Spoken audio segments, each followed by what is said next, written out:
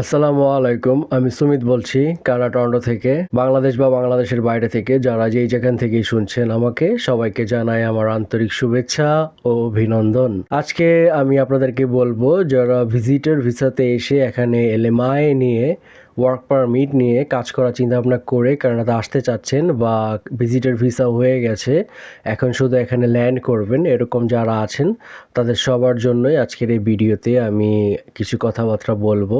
So আপনারা সবাই ধৈর্য ধরে পুরো ভিডিওটা দেখবেন। আর যারা আমার চ্যানেলে নতুন বা পুরাতন, আমাকে অনেক দিন ধরে দেখছেন, অনেকেই আছেন যারা কিনা এখনো পর্যন্ত সাবস্ক্রাইব করেননি, তাদের সবাইকে আমি অনুরোধ করব যে চ্যানেলে আমার সাবস্ক্রাইব করে দিন এবং নোটিফিকেশন যে বেলটা সেটাও ক্লিক করে দিবেন। কেমন? ভিজিটর ভিসাতে আসছে অনেকেই, এটা নতুন কিছু না, এটা অনেক পুরানো।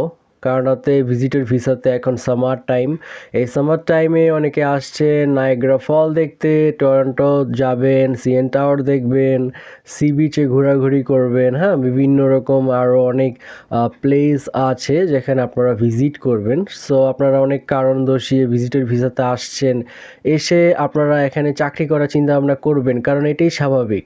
কারণ এই দেশে এসে কেউ যেতে চাবে না, কারণ এই দেশটা হচ্ছে একটা শান্তিপূর্ণ দেশ, খুবই সুন্দর একটা দেশ। এখানে কেউ কাউকে ডিস্টার্ব করে না। এখানে যে ইনকাম ট্যাক্স কেটে নেয়, এই ইনকাম ট্যাক্সটা বছর ঘুরে যখন নতুন বছর আসে, পুরানো বছরের সমস্ত ইনকাম ট্যাক্স গভর্নমেন্ট ফিরিয়ে দেয়। মাই ফ্রেন্ড, এখানে আপনারা খুবই সুন্দর সুযোগ সুবিধা পাবেন এই দেশে যদি আপনারা আসেন। কিন্তু এখন এই দেশে প্রচুর পরিমাণে ট্যুরিস্ট ভিজিটররা এসে অ্যাসাইলাম ক্লেম করে থেকে গেছে, এবং যারা স্টুডেন্ট ভিসাতে এসেছিল এখানে এসে আপনারা জানেন যে প্রচুর পরিমাণে স্টুডেন্টরা এসে পিআরের জন্য অ্যাপ্লাই করে ফেলেছে। তাদের একটা নির্দিষ্ট টাইম যখন হয়ে গেছে, এরপরে ওরা এখানে পিআরের জন্য অ্যাপ্লাই করছে, এবং এর সাথে সাথে আপনারা জানেন অনেক ওয়ার্ক পারমিট নিয়ে যারা এসেছিল এখানে কাজ করার জন্য, তারাও কিন্তু এখানে এসে পিআরের জন্য অ্যাপ্লাই করেছেন, এবং অনেকে পিআর হয়েও এসেছেন এই দেশে এক্সপ্রেস এন্ট্রি থ্রু। সো আপনাদেরকে আমি বলবো, এখন 2025 সালের এই মে মাসে বা মে মাসের পরে আপনারা যে কোনো দেশ থেকে কানাডাতে যদি ভিজিটর ভিসাতে আসেন, আপনারা যেই ভিসাতেই আসেন না কেন, ভিজিটর বা ট্যুরিস্ট ভিসা, আপনাদের এই যে ভিসার যে একটা টাইম, সেই টাইম শেষ হয়ে গেলে আপনাদের আবার ভিসাটা রিনিউ করতে হবে। সো রিনিউ করার সময় আপনাদেরকে কিছু খরচও এখানে দিতে হতে পারে, এটা আপনারা ভালোই জানেন আমার থেকে, এটা নিয়ে আমি কথা বলতে চাই না। আজকের এই ভিডিওতে শুধু বলবো যে ভিজিটর ভিসাতে এসে যদি এলএমআই করতে হয়, তার জন্য আপনাকে সবার প্রথমে দরকার একটা জব। সেই জবটা আপনি কোনো লয়ার, আপনার কোনো রিলেটিভস বা আপনি নিজে যে কোনোভাবে যদি একটা জব ম্যানেজ করতে পারেন, জবটা ম্যানেজ করার পরে যদি সেই কোম্পানি থেকে আপনাকে একটা অফার লেটার দেয়, জব অফার লেটার দেয়, সেই অফার লেটারটা যদি আপনার কাছে থাকে, তাহলে মনে করবেন যে আপনি এলএমআইও পেয়ে যাবেন। কিন্তু এই জব অফার লেটারটা মাই ফ্রেন্ড আপনাকে দিবে না। এখানে যে বাস্তবতাটা সেটা আমি আপনাকে বলি। আপনি যখন ভিজিটর ভিসাতে আসবেন, আপনি যে কোনো জায়গায় যখন আপনার রেজিউমে কভার লেটার ড্রপ করবেন, সেখানে কিন্তু আপনাকে যে মালিক নিবে সেই কিন্তু প্রথমেই আপনাকে জিজ্ঞেস করবে যে আপনি কোন ভিসাতে এখানে এসেছেন। কারণ সে আপনাকে যদি ক্যাশ জবও দেয়, হ্যান্ড ক্যাশ জব দেয়, বা আপনাকে যেইভাবেই টাকা দেয় না কেন, সেই এমপ্লয়িকে কিন্তু আপনার এসআইএন নাম্বারটা দিতে হবে যদি আপনার ব্যাংকে টাকা দিতে হয়। সেজন্য সে আপনাকে জিজ্ঞেস করবে যে আপনি কোন ভিসাতে এসেছেন, আপনার কাছে কি এসআইএন নাম্বার আছে কি না। আপনি যত বছরেরই এক্সপিরিয়েন্স হন না কেন, আপনি যতই দক্ষ কর্মী হন না কেন, আপনি যতই স্কিলফুল কর্মী হন না কেন মাই ফ্রেন্ড, আপনি যদি এই দেশে এসে একটা জব ম্যানেজ করেন, জব ম্যানেজ করার জন্য আপনাকে এই সমস্ত জিনিসের সম্মুখীন হতে হবে। সে আপনাকে কোশ্চেন করতে পারে যে আপনি কোন ভিসাতে এসেছেন। আপনি যদি বলেন যে আমি ভিজিটর ভিসাতে এসেছি, তো সে আপনাকে প্রথমে নিতে চাইবে না। কিন্তু যদি ধরেন আপনি ওয়েল্ডারের কাজ পারেন, আপনি কার্পেন্টারের কাজ পারেন, একই সাথে আপনি প্লাম্বারেরও কাজ পারেন, সো এরকম একটা কর্মী এখানকার কোনো মালিক হাতছাড়া হয়ে যাবে, এরকম একটা কর্মী সে এটা কখনোই চাবে না। তাই আপনাকে রেখে দেওয়ার জন্য সে আপনাকে প্রথমে হ্যান্ড ক্যাশে জব করাবে, আপনাকে দিনের যে কোনো সময় ডাকবে, আপনাকে প্রথমে ট্রায়াল করবে, 15-20 দিন ট্রায়াল করবে, টাকা দিবে, হ্যাঁ, আপনাকে ট্রেনিংও হিসাবে মনে করেন যে এখানে রাখতে পারে কিছুদিন, এক মাস 1.5 মাস, কিছু টাকা পয়সা দিবে অবশ্যই। সো এরপরে ওই যে আপনার যে ট্রেনিং পিরিয়ডটা, এর ভিতরে সে আপনার জন্য এলএমআইয়ের জন্য অ্যাপ্লাই করবে কানাডাতে বসে।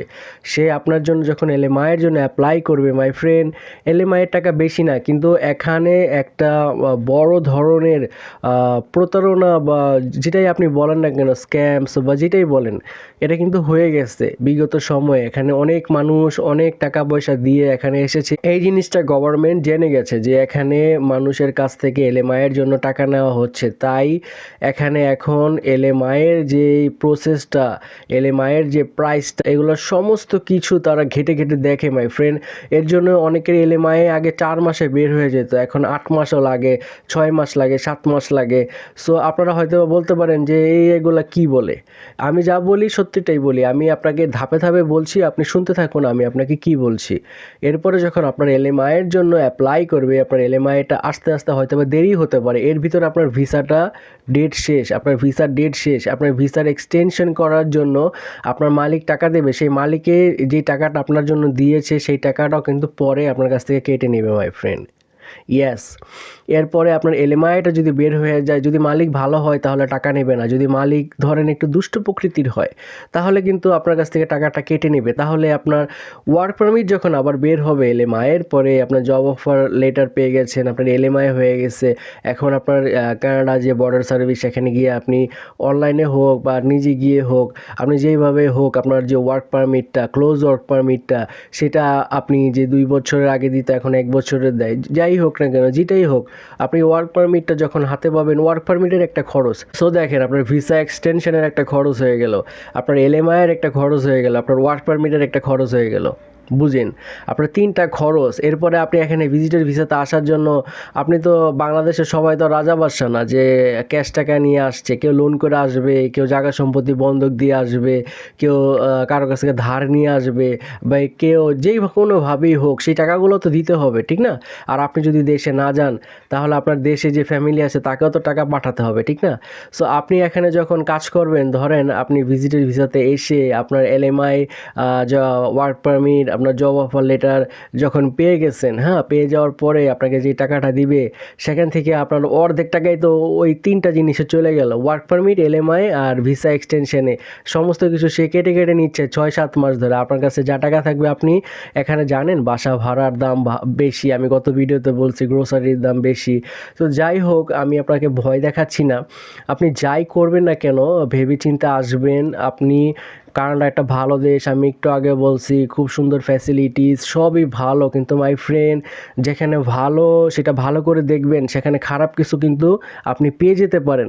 আবার যেটা খারাপ মাই ফ্রেন্ড সেটাকে অনেক ভালো করে দেখবেন, সেখানে কিন্তু ভালো কিছু পেয়ে যেতে পারেন মাই ফ্রেন্ড। আমি আপনাকে বলবো, আপনি ভিজিটের ভিসাতে অবশ্যই আসবেন, এসে আপনি আবার চলে যাবেন দেশে, দেশে গিয়ে আপনি অ্যাপ্লাই করবেন একটা জবের জন্য, কারণ আপনি অলরেডি কানাডাতে এসে গেছেন, আপনার ভিসা স্ট্যাম্পিং, আপনি এখানে এসে আবার চলে গেছেন। সো আপনার কিন্তু একটা প্লাস পয়েন্ট মাই ফ্রেন্ড, আপনি দেশে বসে সমস্ত কিছু, আপনি যদি কোনো কন্ট্যাক্ট করতে পারেন কোনো এমপ্লয়ির সাথে, জব ম্যানেজ করতে পারেন, আপনি তাকে বলবেন যে আমি এলএমআইয়ের খরচ দিব না, আমি ওয়ার্ক পারমিটের খরচ দিব না, আমি কানাডাতে আসব, এসে জব করব, আমি জানি এলএমআইয়ের খরচ, ওয়ার্ক পারমিটের খরচ, এগুলো সম্পূর্ণই মালিক বহন করে।